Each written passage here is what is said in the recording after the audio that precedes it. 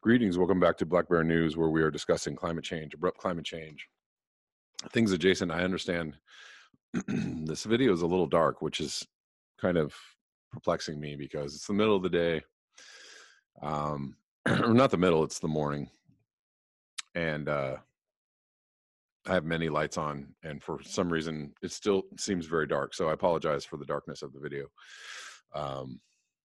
Something's going on. I can't figure it out. Thank you all for your comments, discussion on the last video. There's already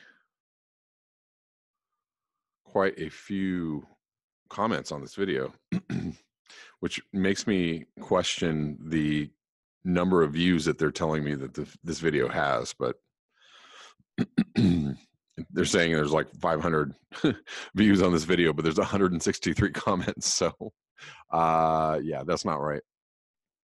Anyways, and then there's a lot of downvotes, of course. I don't know if those are real. I think they're actually fake. Or, you know, whatever, all the denier trolls are on here trying to make their voices known or whatever. But yeah, your voices are not actually appreciated on this channel unless you have some science or facts that are interesting or even true.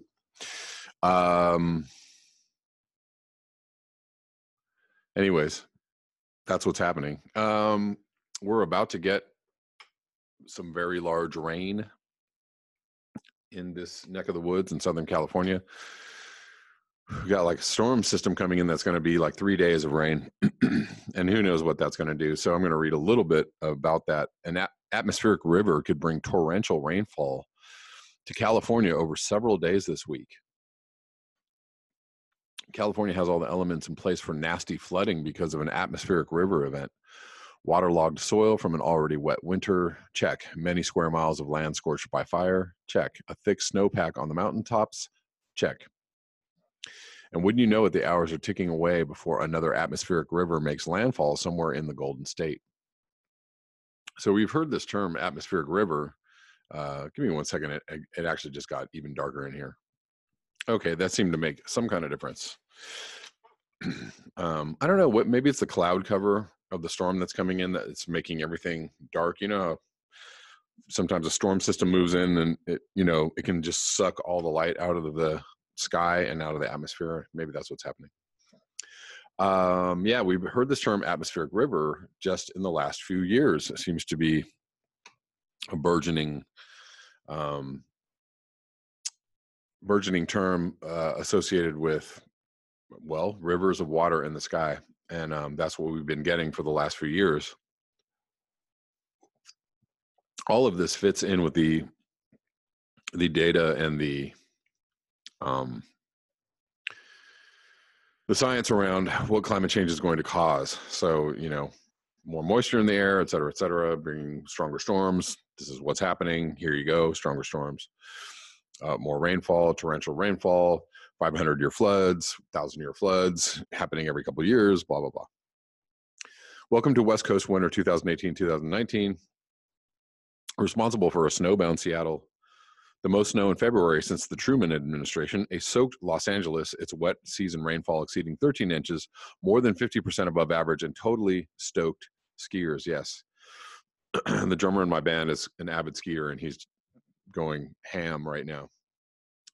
Through the weekend, the forecast models examining the atmospheric river event due to arrive in force early Wednesday. We're having a hard time pinning down intensity, location, and duration, but the looming threat of warm rain, sending torrents of snowmelt, thundering into rivers, canyons, channels, and arroyos has everyone a little on edge. So yes, this is a warmer system because it's fairly warm outside. And what is it right now? Let's check. It's 53 degrees. And we're going to get some freezing conditions at night all through the week. So it will be cold enough for snow. As far as other parts of the state, I don't know. It was early in January 1997 that storms fed by the warm Pineapple Express melted snow high atop California's mountain ranges, and that water coursed over saturated ground towards reservoirs already full because of an earlier wet month. Sound familiar? The atmospheric river, now approaching California's doorstep, has been seen in computer models for more than a week. First showing up on scopes during the state's soggy Super Bowl weekend. Since then, the forecasts occasionally have offered eye-popping numbers, like a 24-hour span in Los Angeles with more than 6 inches of precipitation. That's going to be happening tonight and tomorrow, while another prediction made Sunday called for the AR to flow over Southern California for more than 4 days. Another prediction called for heavy rainfall in Southern California for 36 straight hours. Good God. Current forecasts call for 1 to 3 inches of rain around Los Angeles. Yeah, so if it's above freezing and the rain is coming down, and then that's melting all the snowpack, and we have much of that right now. Heavy rain and winds are also predicted in San Francisco Bay Area. The damage this atmospheric river can cause is all about timing. While streaming toward the mainland from Hawaii is a significant amount of moisture remains. What remains of the Kona low that sent hurricane-force winds over the Big Island's tallest peaks during the weekend. A pair of low-pressure systems are sliding down the back eastern side of high-pressure system over Alaska. A delay here combined with an accelerated arrival there means the difference between even more gnarly powder at the resorts or evacuation orders ahead of rising rivers. All right, I'm going to link that below and move on. Somebody, was it Jeff? I'm sorry if I'm not citing the right source for this. I think Jeff sent me this. A tweet from Dr. Naomi Wolf. This is just some random information for you guys. We will start posting Dr. Keith Climate's documents in full tomorrow. So apparently some people got a hold of David Keith's documents and are posting them online. Chevron and Occidental are funding Harvard's geoengineering push, and Dr. Keith Climate's much heralded carbon capture tech, ScopeX, solar engineering, blocking sun forever so more oil can be burned up. And she added New York Magazine. Kudos to Stryker Pierce. I guess this is who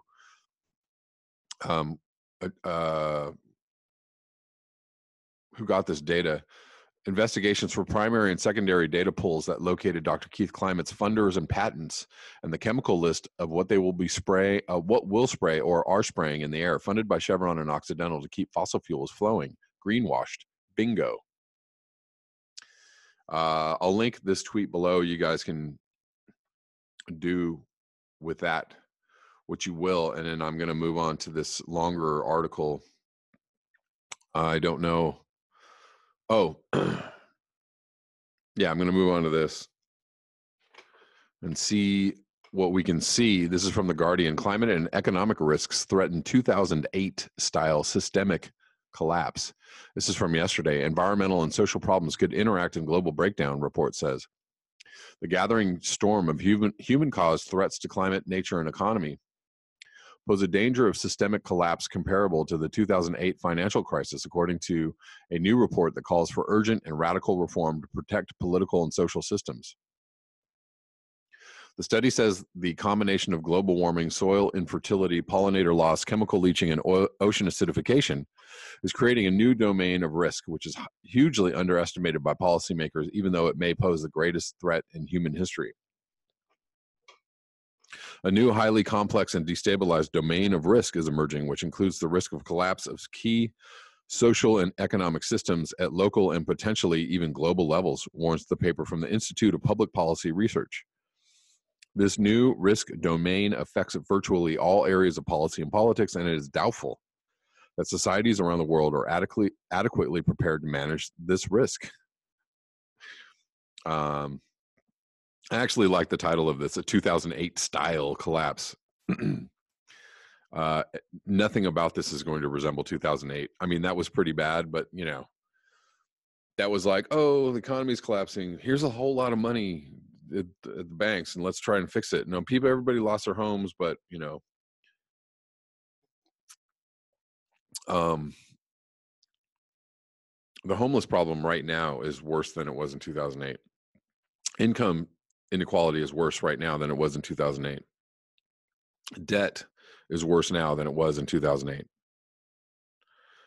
This will not be a 2008 style collapse. This will be a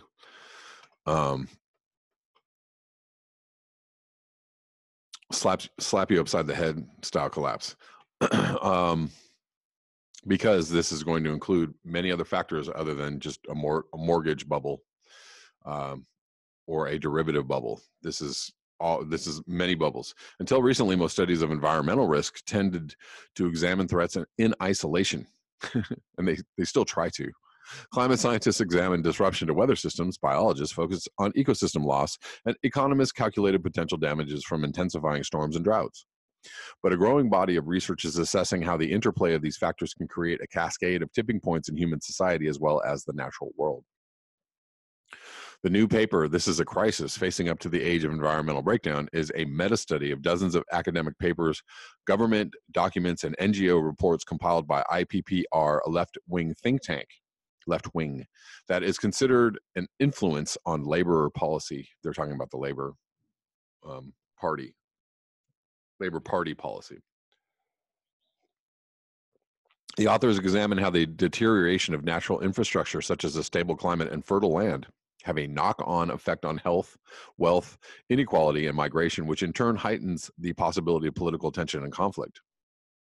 The paper stresses the human impacts go beyond climate change and are occurring at speeds unprecedented in recorded history. Evidence on the deterioration of natural systems is presented with a series of grim global statistics.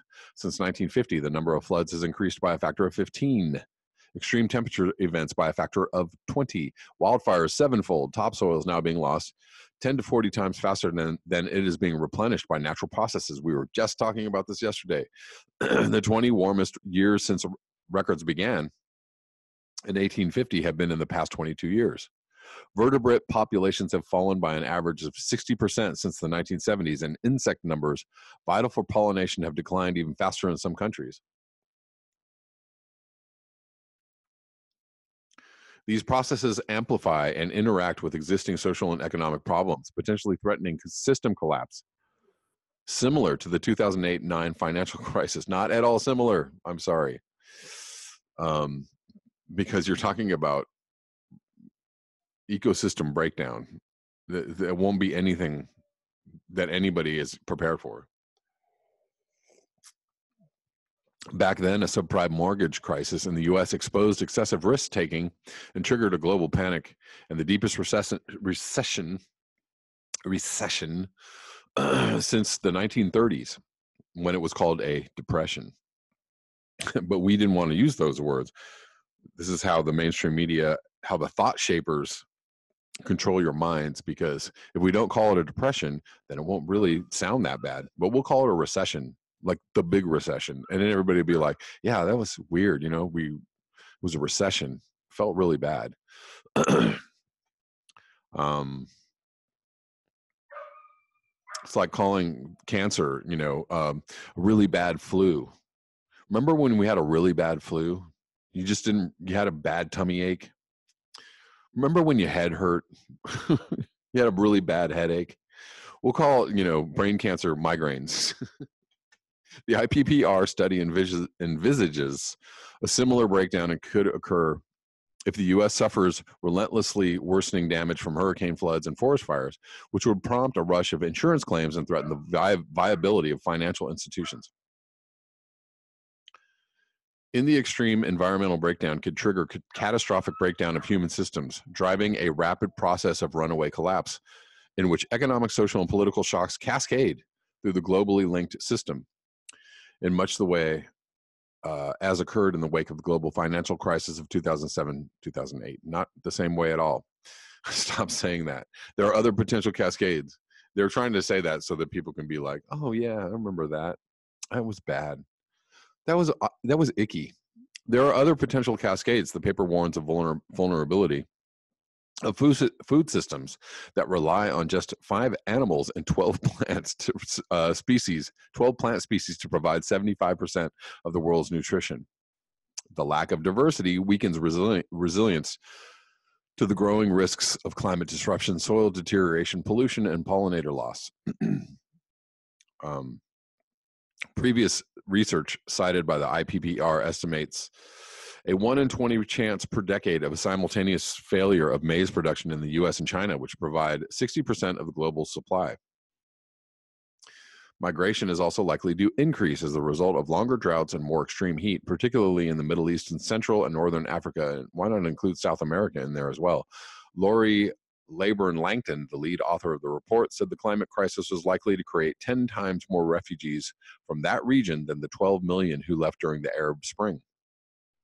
10 times. That would be 120 million. There would be repercussions in Europe. Right-wing groups use the fear of migration, as we saw during the EU referendum in Britain, he said.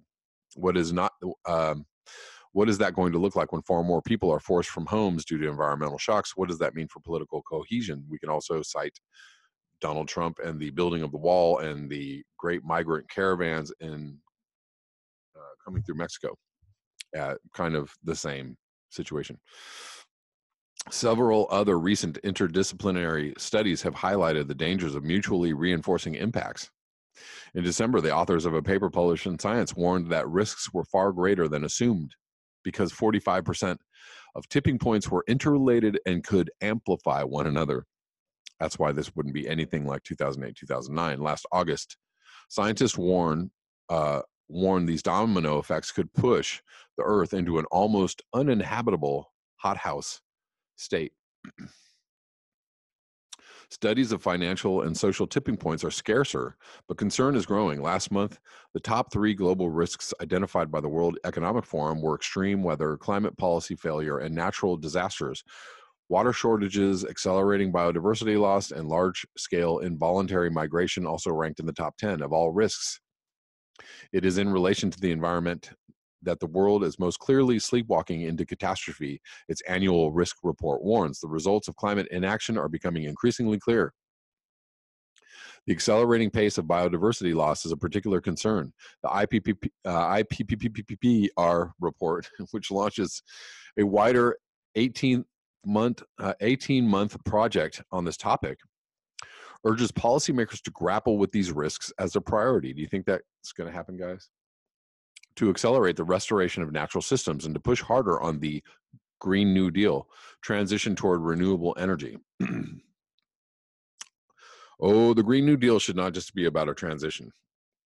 Let's just get that straight. The Green New Deal should be about declining returns on capitalism. The Green New Deal should be about, degrowth of human systems so that natural systems can grow and flourish. Our growing and our flourishing, we have outgrown and outflourished our stay here on the planet. So the way to stop that is not just stop it, but reverse that. So degrowth, deflourish of the human systems. Understand that, well, I guess I'll just go off on it now. Understand that the way to reverse the damage is to embrace poverty. Really, I mean, that's the bottom line of it. What we call, standard of living or growth or, economy or wealth, we still are talking about people, gaining wealth and growing, our economy and thriving and flourishing, like as in an economic sense. That is a good thing. That is something that we should be exporting to other people, or we should be, inviting other people to take part in. And it's actually the opposite. So what we need to do is embrace poverty. We need to embrace poverty. We need to embrace living off the land, living as indigenous people have lived, living as what we call poor people. Hey, wearing the same clothes for a week at a time, not being able to take a shower all the time, not being able to jump in one of your 4 cars and go to the store all the time. Like, you actually have to live as a poor person. And that sounds wild, to anybody who, anybody considers themselves part of society or sane would be like, what are you talking about? It's crazy, man. We can have everything we want. I once dated somebody who was like, we have all the resources for everything we need. And on some levels we do. I mean, we have the resources not for 8 billion people, but maybe for a couple billion people. We have resources, water and food and land. But we don't have resources for everybody to own 3 cars or even 1 car. We don't have the resources for everybody to have a washing machine. We don't have the resources. We do not have the resources for 8 billion people to own all these things. We don't have it. If there were 1 billion people, maybe we could have all these things, but nobody's talking about that either. We don't live on a finite planet, and that's one of the things that the Green New Deal should probably be talking about. We don't live on a finite planet. So there probably will be no language in the Green New Deal about embracing poverty, I'm sure, but embracing far less as your expectation of what your life should be centered around. Anyways, because you can live with less, you can be happy with less, you can enjoy your life with less, a lot less. You can be grateful for the air in your lungs and the food that you might be able to grow in your backyard, or the fish that you might be able to get out of the ocean with your own pole.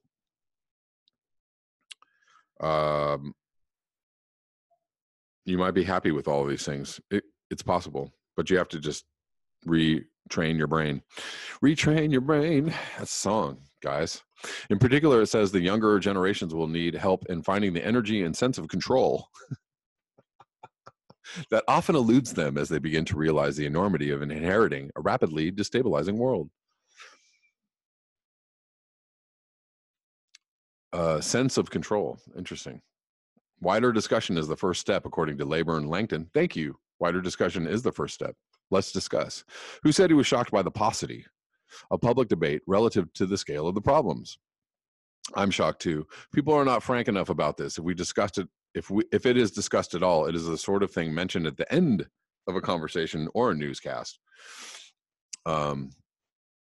Even an alternative newscast that makes everyone look at the floor, but we don't have time for that now. It's appearing more in media, but we are not doing it. We are not doing enough. That's a great, so, however you felt about this article, that is a great last paragraph. People are not frank enough about this. If it is discussed at all, is the sort of thing mentioned at the end of the conversation.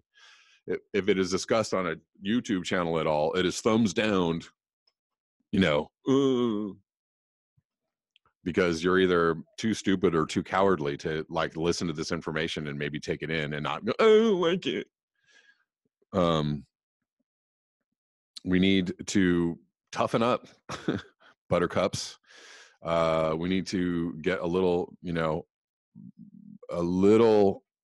thicker of a skin, because whether you do or you don't, you're going to be forced to anyways. So, whether you thicken up and toughen up yourself, it's a good idea to start doing that now, and dealing with this situation, or dealing with this problem, or dealing with the inevitable future that is at hand. You can do that on your own, and that's probably, I would advise doing that, or you can have that done for you, or you can succumb to the forces that are at hand. Those are your choices. Those are your choices. That's all I have for you today. Thank you so much for your eyes, your ears, and your conscience. If you would like to support this channel, you can do so at the links below. Until next time, peace.